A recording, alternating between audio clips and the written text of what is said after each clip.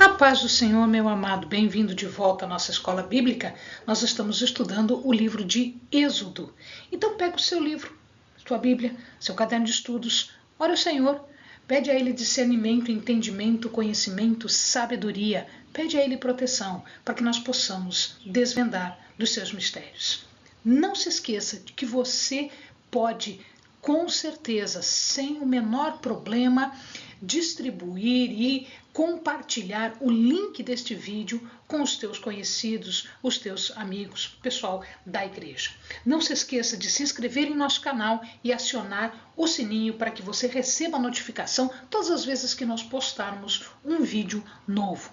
Também não se esqueça de dar um like e com isso tudo você nos ajuda a espalhar a palavra de Deus. Pois muito bem, nós tínhamos visto que o livro se divide em 4 grandes partes: a opressão ao livramento do Egito, o êxodo e a marcha para o Sinai, a lei no Monte Sinai e o tabernáculo. Então nós vamos começar agora com esta primeira parte. O livro começa com a expressão Ve'el Shemot, ou seja, estes são os nomes. Nós estamos falando dos nomes, o número de filhos.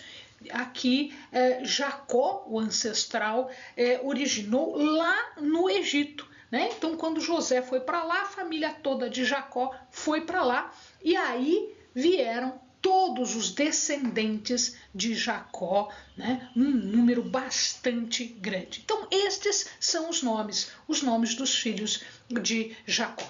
Isso demonstra o quê? Demonstra que estas pessoas estavam fiéis aos ensinamentos dos patriarcas, Abraão, Isaque e Jacó, no meio do Egito. O Egito, não se esqueça, era uma nação politeísta, era idólatra, tinha muitos deuses. E é com estes deuses que Moisés daqui a pouquinho vai se enfrentar com a proteção de Deus. E Deus vencerá todos esses deuses e mostrará que esses deuses são inúteis, não são nada diante do nome do nosso Deus. A maioria dos estudiosos, como nós vimos no vídeo passado, eles acham que o faraó do Êxodo foi Ramsés II. A riqueza, né, naquela região e o sucesso do povo começava a chamar a atenção dos egípcios. Por quê? Deus abençoava este povo porque ele estava separado dos politeístas, dos idólatras, mantendo a sua cultura e a sua religião, mantendo a adoração a Deus. Então Deus abençoava. E à medida em que Deus abençoava, isso incomodava as pessoas. Todas as vezes que o povo de Deus é abençoado, isto incomoda o povo do mundo. E aí ele começa a armar coisas contra o povo de Deus. Eles fizeram o que então? Eles transformaram estas pessoas em escravos. Então, por causa do medo, da inveja, eles transformam tudo isso em sujeição, transformam tudo isso em escravidão. Os cativos, os escravos, pelas imagens, eles ficavam presos uns aos outros por correntes. Então haviam correntes ligando as pessoas, né? E além disso tudo, havia uma pessoa, um guarda chamado feitor, que era quem tinha com o chicote, ele ia batendo nas pessoas, fazendo com que elas trabalhassem, desde quando raiava o dia, desde madrugada, até quando a noite aparecia, ou seja, até quando o sol se punha. Então, de sol a sol, como dizem as pessoas. E tudo isso sob um sol abrasador, sobre um calor imenso, porque era uma região desértica. A vida de um escravo girava em torno de mais ou menos 3 anos, ou seja, eles não duravam muito tempo exatamente porque era um serviço muito duro. O faraó, vendo que nada disso adiantava, o que ele fez? Primeiro, ele chama as parteiras e diz às parteiras que elas devem matar os meninos nascidos durante o parto. Com isso, ele esperava acabar com o povo. Se você lembra, meu amado, quando Jesus nasceu, também Herodes fez a mesma proclamação de matar os meninos recém-nascidos, exatamente para terminar com Jesus. Então veja, este faraó tenta fazer desse jeito e as parteiras não aceitam. Elas acham que isto é errado e elas não fazem isto.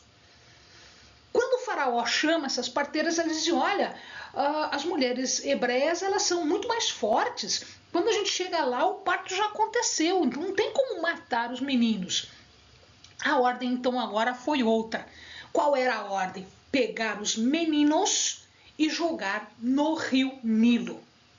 O rio Nilo naquela época, e hoje ainda é também, mas naquela época era infestado de crocodilos. Então o que significava jogar no Nilo? Significava matar ou afogado ou servir de comida para os crocodilos. Bom,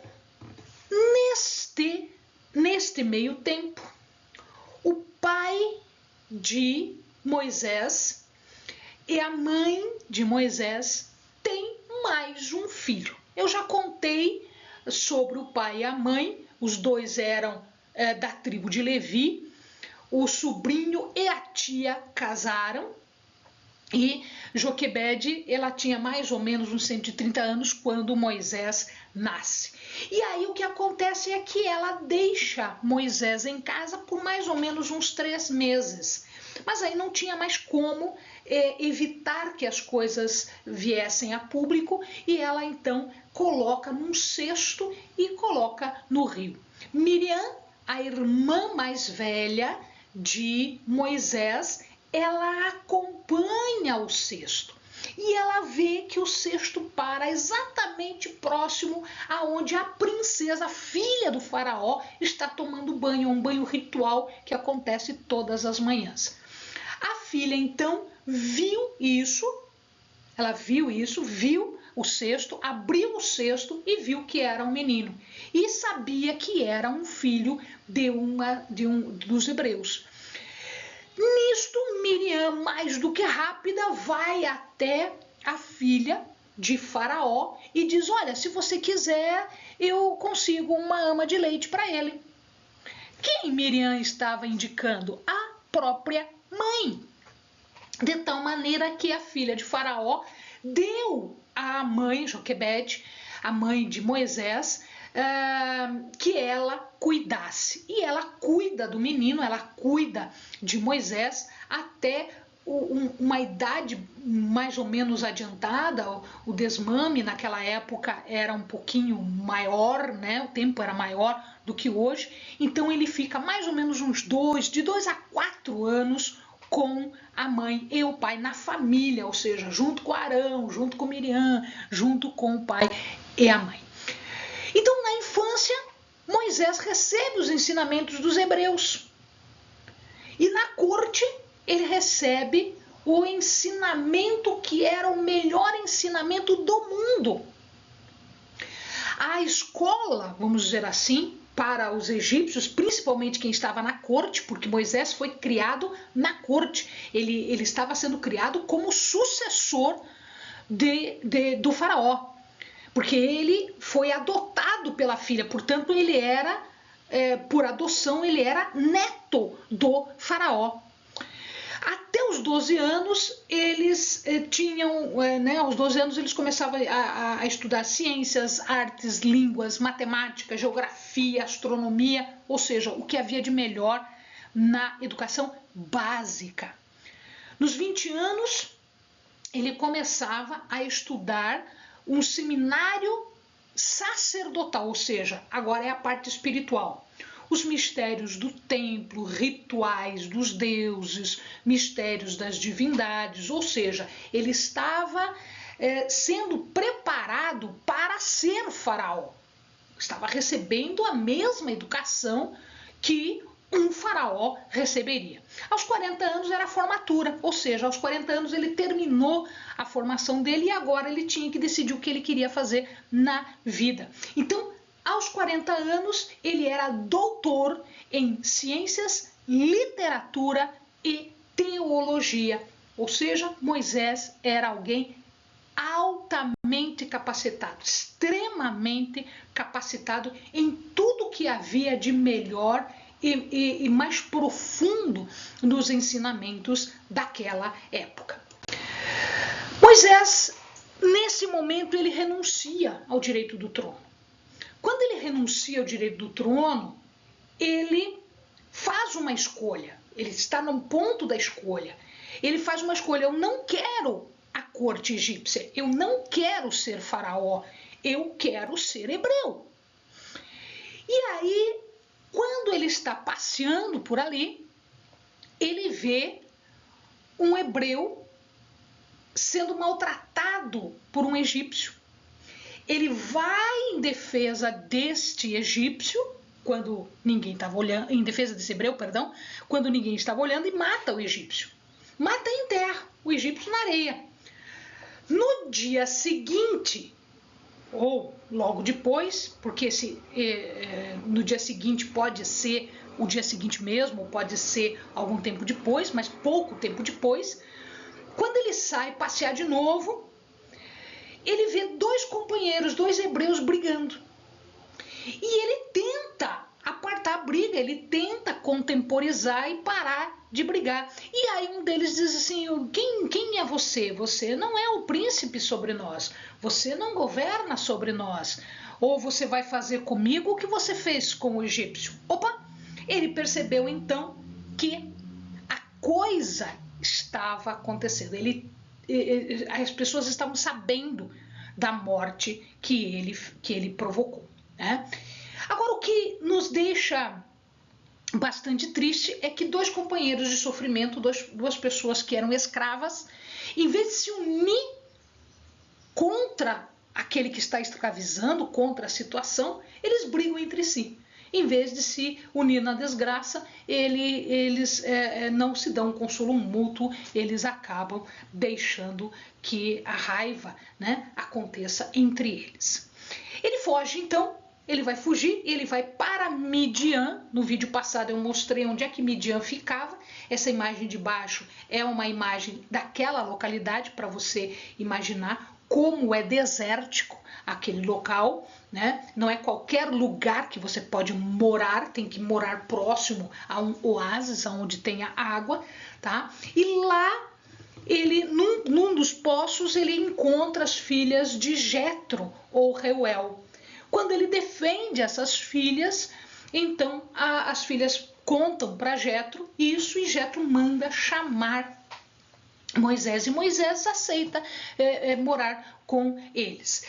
Esse local onde ele foi, Midian, era um local que os estudiosos imaginam ser um centro de culto, mas era um culto não politeísta, mas um culto monoteísta, ou seja, um único Deus.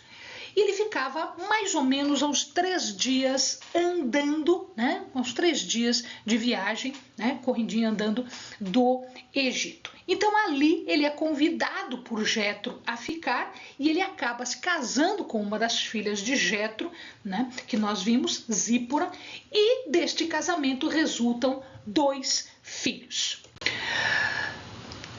Num determinado momento, lá no capítulo 3, num determinado momento, quando ele está pastoreando o gado de Jetro, do seu sogro, ele acaba se deparando com uma sarça ardente.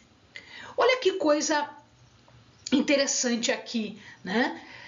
A sarça ardendo tem algumas implicações. Sarça era um arbusto que não servia para nada. Não era uma árvore frondosa, não, era uma árvore toda torta que, olha só que interessante, não podia ser usada para fazer ídolos. Então, não era uma árvore usada para ídolo, era uma árvore, uma sarça normal, comum, não tinha nada demais nesta árvore. E aí Deus chama Moisés desta sarça. Se o amado acompanhar ali, né, apareceu-lhe, verso 2 do capítulo 3, apareceu-lhe o anjo do Senhor numa chama de fogo do meio de uma sarça. Moisés olhou e viu que a sarça ardia no fogo, mas a sarça não se consumia. Isso aconteceu, amado, logo depois que aquele faraó morreu, aquele perseguidor de Moisés morreu. Isso aconteceu mais ou menos 40 anos depois. Então, quando Moisés fugiu, ele tinha 40 anos. Ele ficou 40 anos no deserto de Midian e aos 80 anos, quando ele estava apacentando o gado, ele viu a sarça ardendo. Então, o faraó estava morto, chegou a hora de Deus chamar Moisés para livrar o povo. Então disse o Senhor: de fato tenho visto a aflição do meu povo que está no Egito e tenho ouvido o seu clamor por causa dos seus opressores e conheço os seus sofrimentos. Deus não estava longe, Deus estava perto. Tá? Ele diz mais: por isso desci para livrá-lo das mãos dos egípcios e para fazê-lo subir daquela terra para uma terra boa e espaçosa, para uma terra que emana leite e mel, o lugar do cananeu, do eteu, do amorreu, do ferezeu, do eveu e do jebuseu. Vem, vem e eu te enviarei. Neste contexto, então, imagina, ele olhou a sarça, viu a sarça ardendo, e ele se esconde, ele tenta voltar, Deus diz: para, porque tira a sandália, porque esta terra é santa. É a terra onde eu estou aparecendo, é uma terra santa. É a reverência por um lugar que é santo. E aí ele chama e ele diz o que aconteceu. Veja que Deus está próximo, Deus está perto. Moisés recusa. Não, eu não tenho condições. Na verdade, veja, ele faz 4 recusas. E à medida que ele vai recusando, Deus vai dando alternativa para ele. Eu não sou apto, eu não sou adequado. Não tem problema, eu estou com você. Mas eu tenho medo. O povo não vai me conhecer, não conhece quem é Moisés, quem é esse Deus, etc, etc. E aí Deus lhe dá sinais para credencial, como que aqui, se você fizer isso, eles vão te entender como mandado por mim. Os sinais, o cajado que vira a serpente, a lepra na mão, quando ele coloca a mão por dentro da roupa, e quando ele tira, ela está leprosa e depois Deus cura, e a conversão das águas.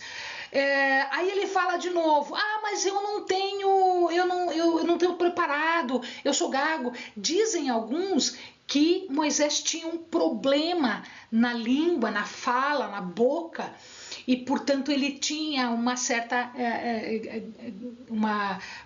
dificuldade em falar, né? Ele era gago. Aí Deus disse: não, mas quem fez a boca? Fui eu que fiz a boca, então você vai, eu tô te mandando, né? Eu sei que ele discute, mas quem é?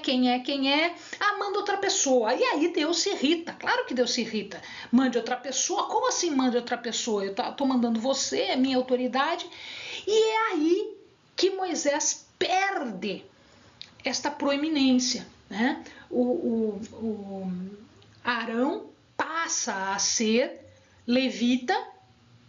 Ele já era levita, já era de Levi, mas ele passa a ser um levita especial. Ele seria agora o sumo sacerdote. Moisés perde esta posição exatamente nestas recusas, porque Deus fica irritado com isso. E uma das indicações dele mas quem me mandou? Quem me mandou? E é aqui que aparece a primeira vez um nome que nunca antes tinha aparecido. Aparece pela primeira vez um nome especial de Deus, tá? Havia o nome de Elohim, né? Shaddai, existiam outros nomes, Senhor, Juiz, Soberano, né? Elohim representa poder de juiz e soberano.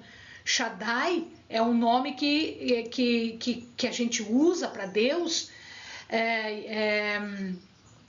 quando a gente quer dizer que ele realiza milagres, né? E agora ele diz: não, o meu nome é Eu Sou.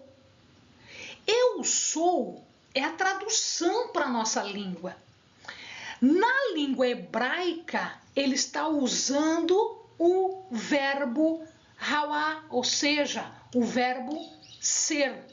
Só que em hebraico, esse tempo verbal que ele está usando aqui é o que nós chamamos de tempo verbal imperfeito. Significa tempo verbal imperfeito, Helena, eu não estou estudando português, o que é isso?